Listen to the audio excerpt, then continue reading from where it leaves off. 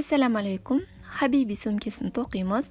Ол үшін бізге қажетті заттар: номері 6 ілгек, осындай кішкентай бұрайтын зат, және де ашылатын дөңгелек фурнитура, белгі қоюға арналған бірнеше маркер, замок, және де қайшы, 2 моток трикотаж жібі, сонымен қатар осы трикотаж жібі өтетіндей үлкен ине, сөмкеміздің ручкасының екі жағын тағуға арналған осындай фурнитура қажет.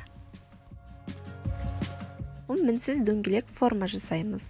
Ол үшін осындай трикотаж жібін алып, қолымыздан екі қайтара айналдырамыз, және де ілгекті сол жіптің біріншісінен өткізіп, негізгі жіпті іліп алып, бірінші қатарымызды қалыптастырамыз.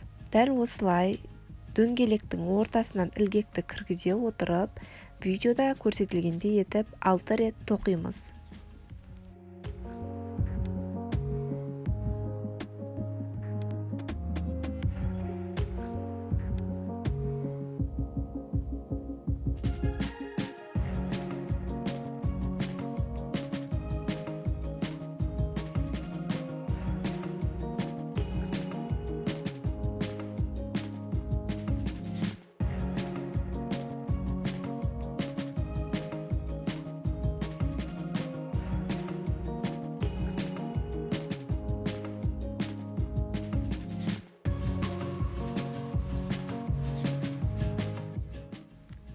Алты рет тоқып алдық. Енді қысқа жіптен тартып, алғашқы дөңгелек формамызды қалыптастырдық. Енді қатарды бастапқысымен соңын бір-біріне қалай бекітеміз, байлаймыз, яғни мұқият қараймыз. Бастапқы қатардағы үстіңгі екі жіптен ілгекті өткіземіз, және де аяқтаушы қатардағы негізгі жіпті ілгекке іліп ала отырып, сол бөліктен кері шығарамыз.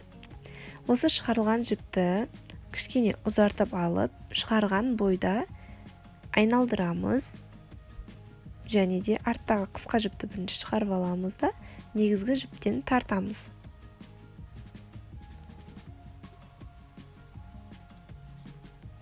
Әрбір қатардың соңын дәл осылай бір-бірімен байланыстыратын боламыз.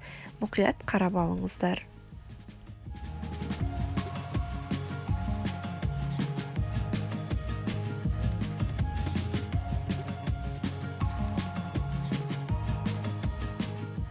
Бисмиллах деп екінші қатарымызды бастаймыз. Ол үшін негізгі жіптің шыққан тұсынан мұқият қараңыздар.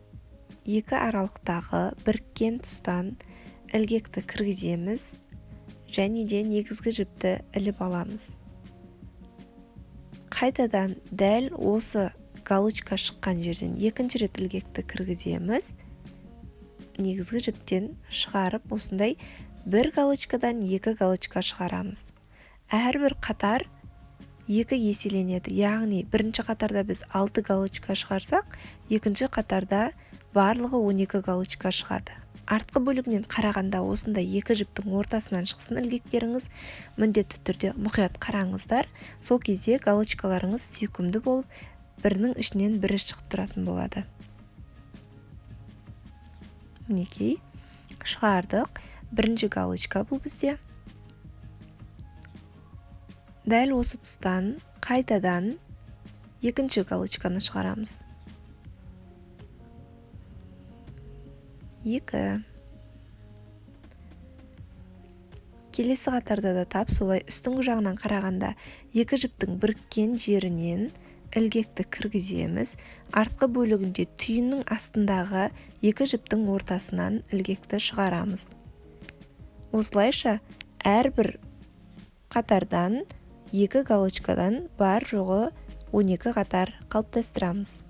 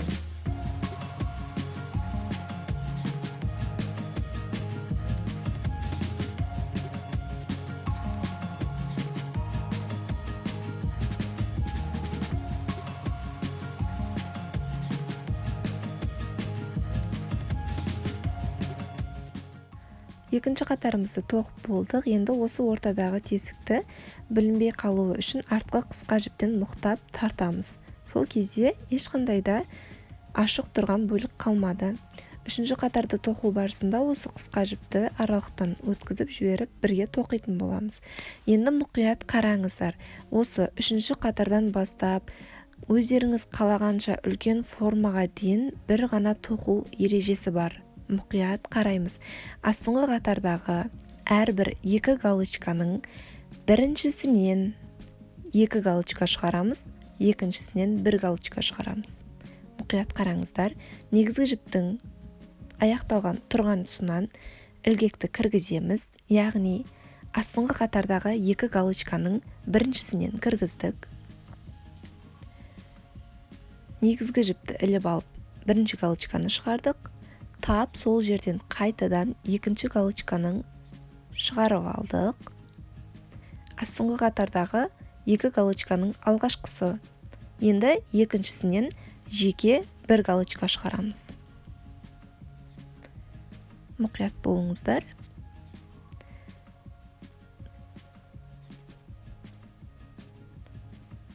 Жеке 1 галочка.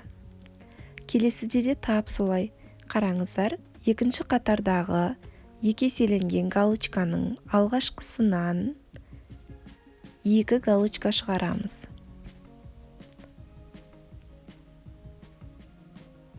Бірінші галочка. Тап сол жерден екінші галочка.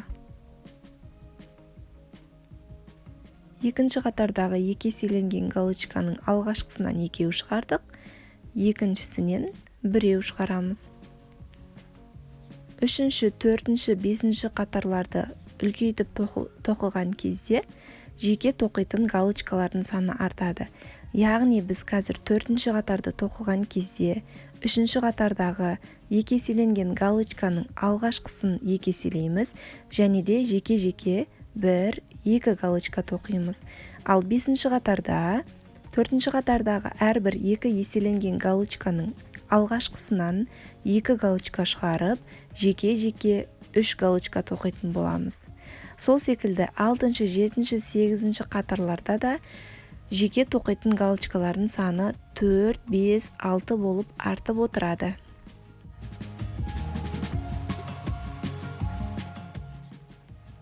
Үшінші қатарымыздың соңғы 2 галочкасын тоқыдық, яғни 2, жеке 1. Енді қатарды бір-бірімен әдеттегідей байланыстырамыз.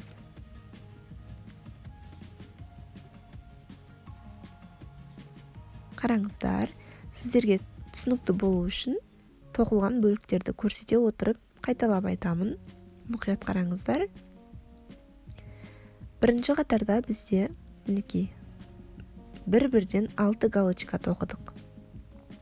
Екінші қатарда сол 6 галочканы 2 еселеп 12 галочка тоқыдық. Үшінші қатарда 2 еселенген галочканың алғашқысынан 2, екіншісінен 1, алғашқысынан 2, екіншісінен 1. Қараңыздар, алғашқысынан 2, екіншісінен 1.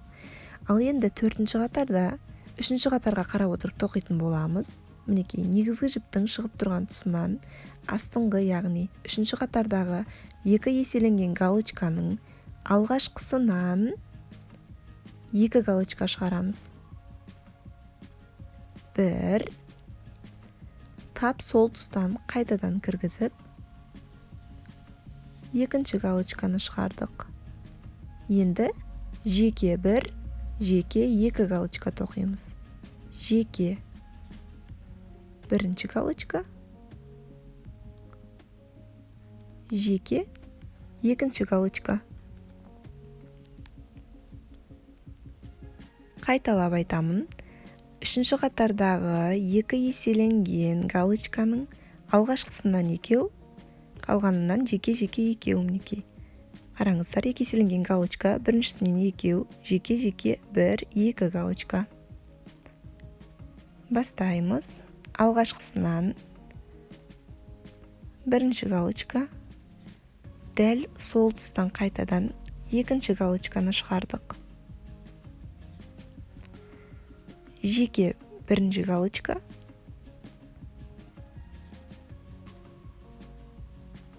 жеке екінші галочка.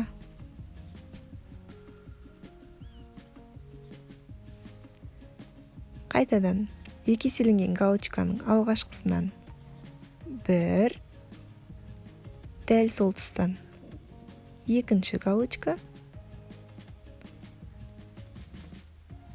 жеке 1,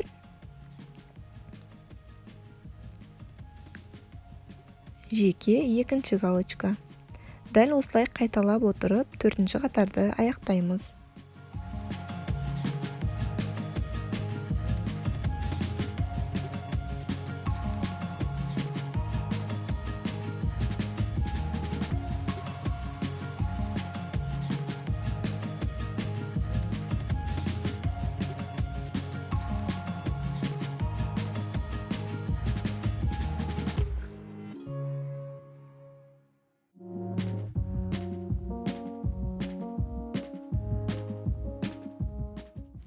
Бесінші қатарымызды бастаймыз. Төртінші қатардағы екі еселенген галочканың алғашқысынан ілгекті өткізіп аламыз.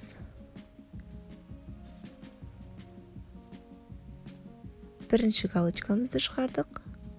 Тап сол тұстан екінші галочкамызды шығарамыз. Және де жеке 3 галочка тоқимыз. Жеке 1, жеке 2, жеке 3. Байқасаңыздар, жеке тоқылатын галочкалардың саны артып келе жатыр бағана айтқанымдай. Мінекей қараңыздар. Төртінші қатардағы екі еселенген галочканың алғашқысынан 2 галочка және жеке 3 галочка шығардық. Қайталап айтам, төртінші қатардағы екі еселенген галочканың алғашқысынан 2, жеке 1, 2, 3 галочка тоқимыз. Мұқият қараңыздар. Екі еселенген галочканың алғашқысынан бірінші галочка, дәл сол тұстан екінші галочканы шығарамыз. Және де жеке 1, жеке 2,